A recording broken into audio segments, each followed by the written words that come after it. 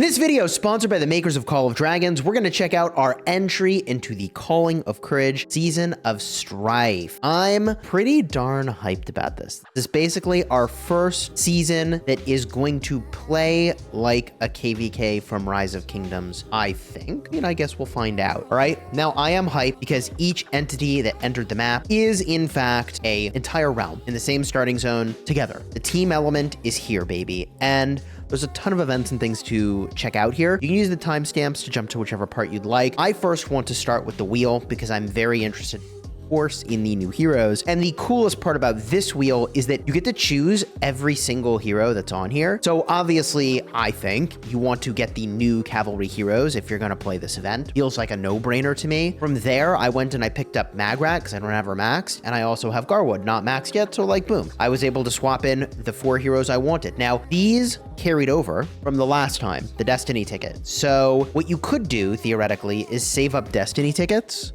for heroes you really care about a lot. So if you're not a Cav player, for example, maybe in the future, you might be an infantry player in every game I play, right? Like if I wasn't a spender, I could save up is what I'm trying to say and just go for it there. But let's blast our way through this, shall we? And we will go buy some of the bundle here. So we can do 3 spins at a time. I do want to unlock, obviously, the new heroes. So we'll see if we can get that done with this small number of spins. The G3 hero tokens are a nice pickup here. And of course, I'm sure you know by now that once you unlock all the heroes from the wheel, boom, we are cooking. Urag, welcome, sir. Welcome, welcome, welcome. Yeah, so once you unlock all the heroes, you get everything else from the wheel. Pretty freaking sweet. So let's see what else we can get here. Come on, baby. Oh, we got the legendary metal, gold and mana. Spin again. All right, from here, it's time to go pick up some of the bundle. And oh, hey, yo, legendary trailblazer. Let's go. If you are spending in game, I do all my spending using dragon tickets. It's from a site called the Pluto Mall. I'll put a link in the description. It is an official site by the makers of Call of Dragons and their family of companies. If you buy these dragon tickets on the site, you get typically in the realm of 10% extra value for things that you might want. So consider dragon tickets as your way of purchasing rather than just getting from the app store. We're going to snap that off. Dragon tickets are basically a replacement for a certain amount of money. That's how that works. And I have dragon tickets set aside over here for a couple different tiers of this right over here for the Joy of Destiny. I've got $5 dragon ticket. Boom. $10 dragon ticket.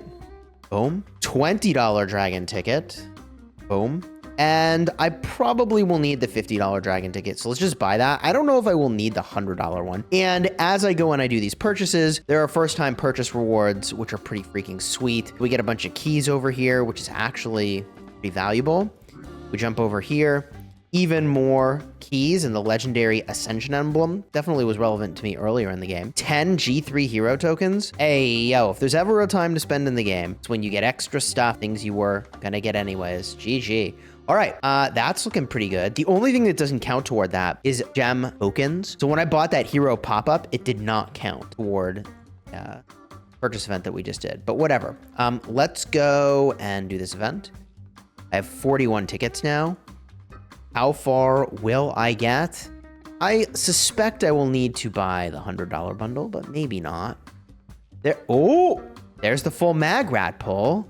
Wicked. Okay, dude, we might get there. I got 29 pulls here. We get the hero token. I'm gonna do the full thing. Okay, Tobin's here. By the way, I feel like I've called him Torben a bunch of times, and I feel like that's probably not gonna stop happening. But whatever, I got Tobin. Good stuff. Now, I could go until Garwood, and I think I will, because I think all the other stuff on the wheel is pretty valuable. But, depending on your stance on spending and how, much you want to save for a future wheel, theoretically, you could just hold off for the next one.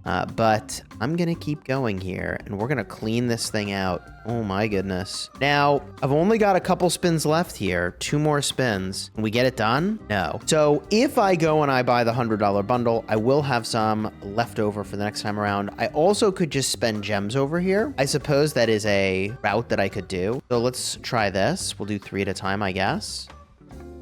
And didn't get it. We can do 3 more. 1, 2, 3. Come on, baby. There it is. GG easy. And the rest of the wheel, we get it all. Look at that. That was worth the gems. Sick. But now I'm out of tickets. So is what it is. And I'm okay with that. Very good. Now, when I swing back here, we have this bundle. This is the kind of bundle where you're getting gem tokens that are not going to count towards those purchase recharge rewards events, which I think I already cleaned that one out, but we are going to pick this up because 10 legendary hero tokens that are not tied to a season is a huge W. All right, cool. Now, on the topic of things that we can go and buy, let's see here. There is the Insight Rune.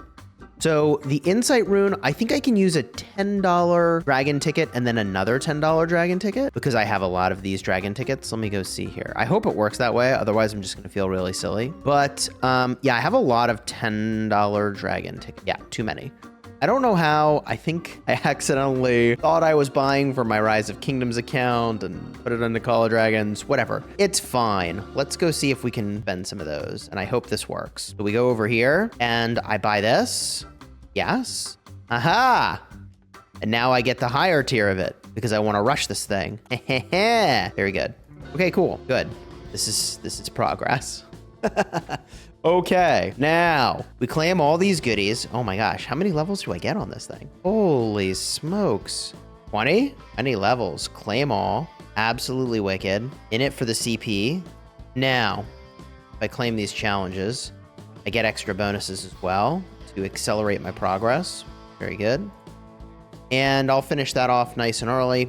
But I'll have gotten the CP earlier in the season. Maybe it'll matter, maybe it won't. Guess we'll find out. And the reason that would matter is that we have new season policies, obviously. So there's a lot to talk about with the new season policies. The thing you need to get right away is the prestige gained. So as soon as you have the prestige here, you can get from technology donations, Darkling Forts, the Merit Store, Behemoth Acolytes, Darkling Patrols. It's really these Darkling Patrols. As soon as you have that, you want to get the next level of this because it'll increase what you get off your Darklings. And I don't think I have any tech donations I can do. Oh, awkward. I probably could have saved up those tech donations, maybe. That might have been a good call. And I have just been like clearing out these goodies like, bro. Oh my gosh. I just keep clearing them out. By the way, my face, dude, I look really red. What happened to my camera? Hold up. I swear to you, I am not that shade of red IRL. All right, whatever. I think I'm a more normal color. Is my camera going bad? Hey, yo, is that a thing? Is that a really nice camera? But it is kind of old at this point. Looks at camera, very sus. All right, whatever. You don't need to see me open all this. Do you want me to? I can.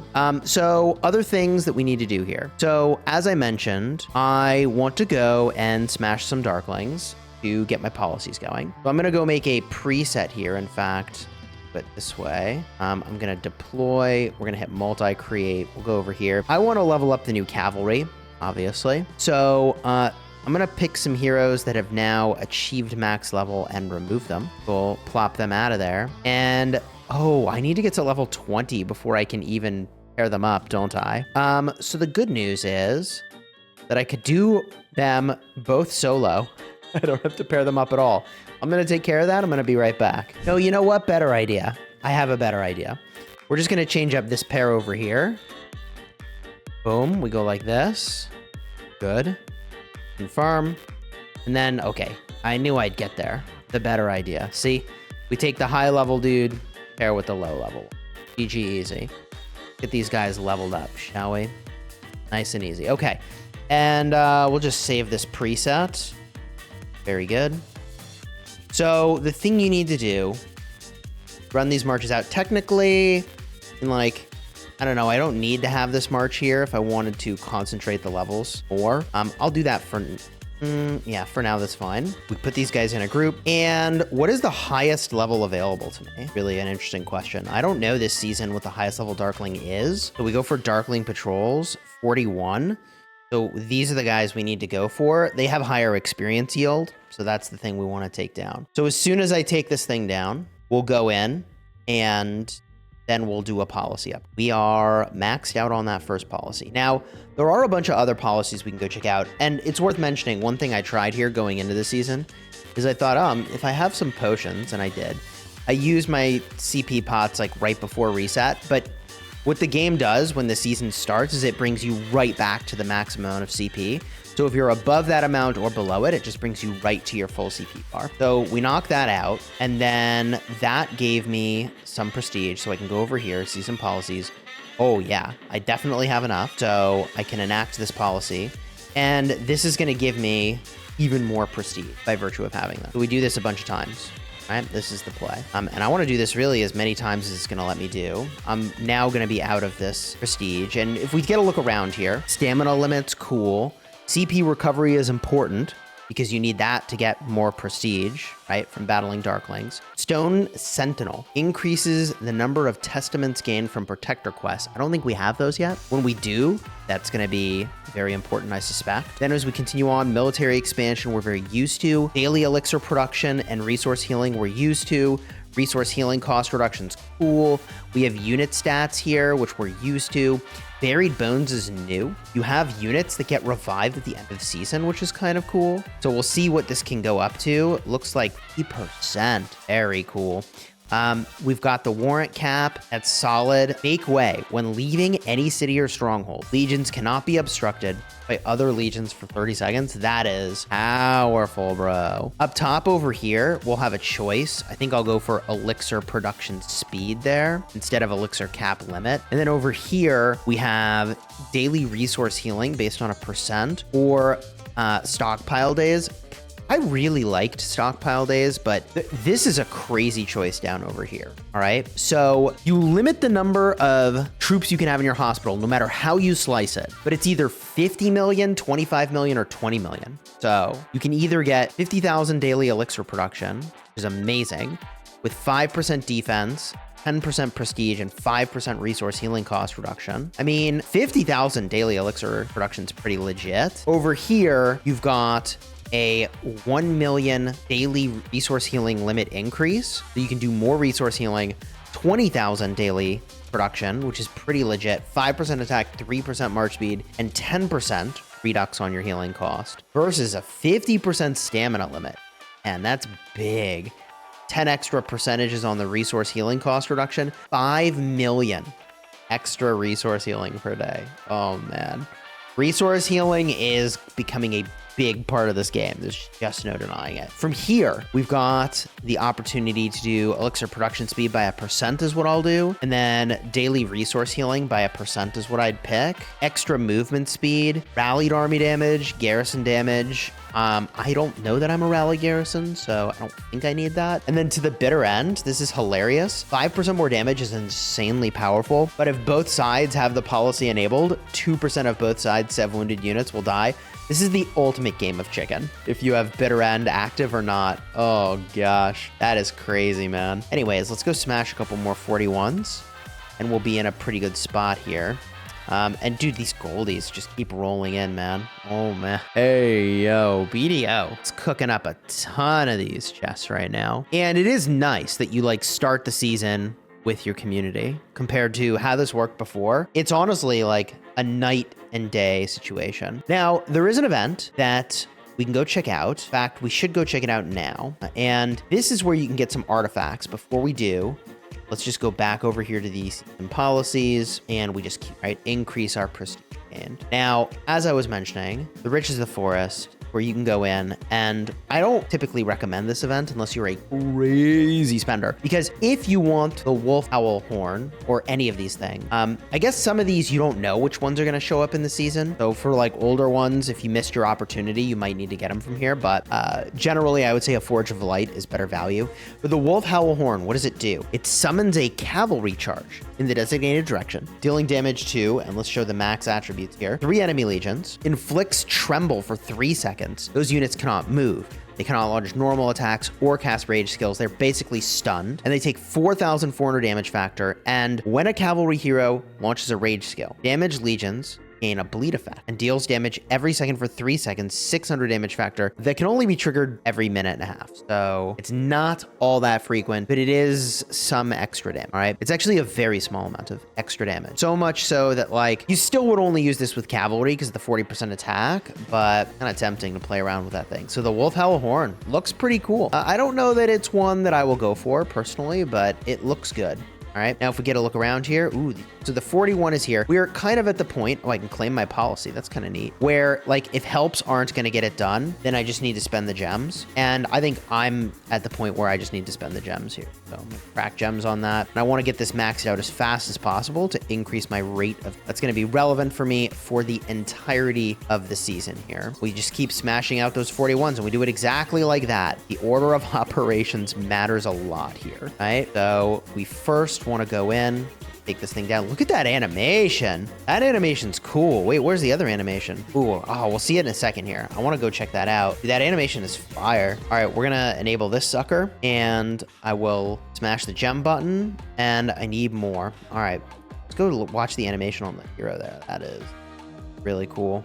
All right, let's watch these animations. What do we got? Boom. Smash that thing. That's so cool. And the other one? Dude, the Torben animation, I'm not sure I'm seeing it. Maybe I'll get it this way.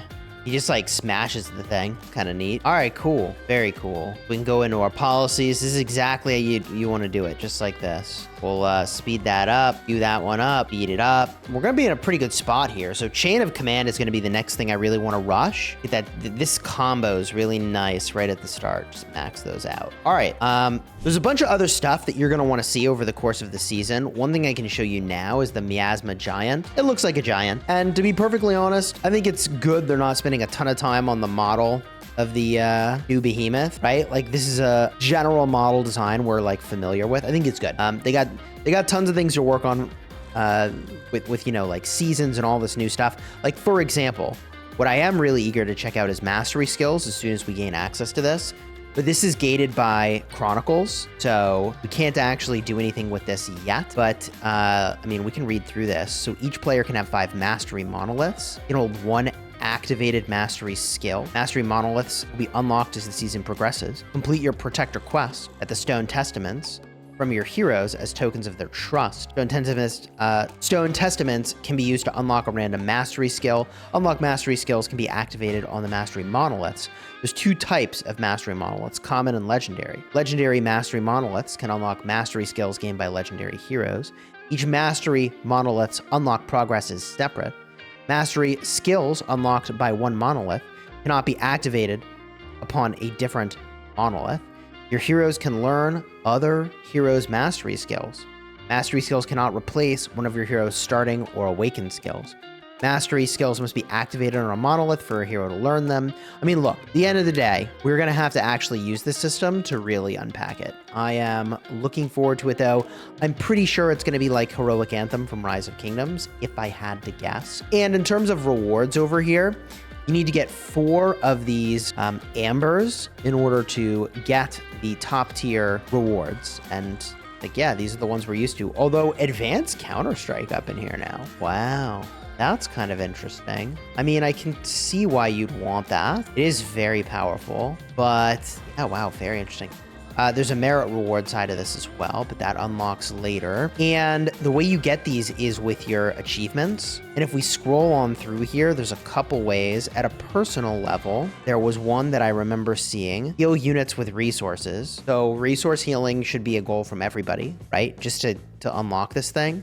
Let's see here. What does this say? Complete your achievements to get amber. Amber can be used to make purchases. When the season ends, unused amber will not be scrapped, and it will be retained. Very cool. That's it right there. 12 million merits feels very achievable to me. There's another one. So 2 of those are very easy to get just from fighting. Occupy Necrogiants by the season summary. I don't know if this means by the season summary or like at the time of the season summary. But if you only need to do this like 2 giants within the entirety of the season, like, I don't know how achievable that will be, but there's one more amber. And then occupy a flame dragon lair with your warband by the end of season summary. I don't know if that means you need to do it at one point or hold it at the very end, but there's 2 more ambers. That's kind of cool. And then here's another amber over here. Obtain 5. Whoa. Your warband needs 500 million merits. Cool. and 2 million prestige. Okay. So there's, what was that? 3, 4. There's 4. You can get 4. And then as a realm, there's none of those. So looks like you could get 6. Is that right? I don't know. Let me know down below in the comments if I missed one of them. Looks like there's 6 ambers you could get per seas, which is kind of cool. And let's see. Complete season achievements to get these rewards. Random legendary hero. Oh, that's kind of cool. Spin this wheel. Huh, okay. And legendary ascension emblems. That's kind of neat. Okay, okay. Huh. Very cool. There's so much to unpack here. I'm not going to do it all in this video. Here's the dead unit revival, which is kind of neat. But I'm going to get back to doing the thing I need to do here. I battle these darklings. I go into my policies and I up my policies. If you enjoyed the video, throw a like on here, subscribe. I'm going to be covering this season more in depth. Going to be talking about a bunch of stuff. So if you want to check that out, check a card in the end screen, which is going to be over here. Yes, one of these cards. You might enjoy it.